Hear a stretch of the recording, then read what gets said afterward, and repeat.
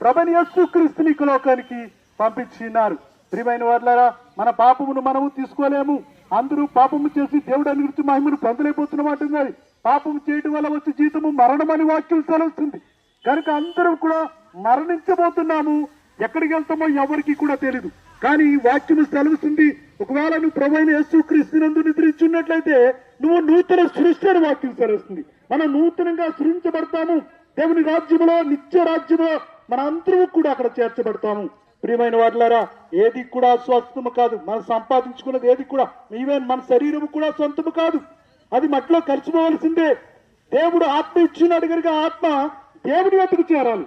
మరి అది దేవుని యొద్దకు చేరాలంటే మనం ఏం చేయాలంటే ప్రభువైన యేసుక్రీస్తుని సొంత రక్షకుడిగా అంగీకరించవలసిందే. ఏ మార్గము లేదు, ఆయనే మార్గము, సత్యము, జీవమై ఉన్నాడు. ప్రభువైన యేసుక్రీస్తుని నమ్ముకుంటే మన తండ్రి యొద్దకు వెళతాము.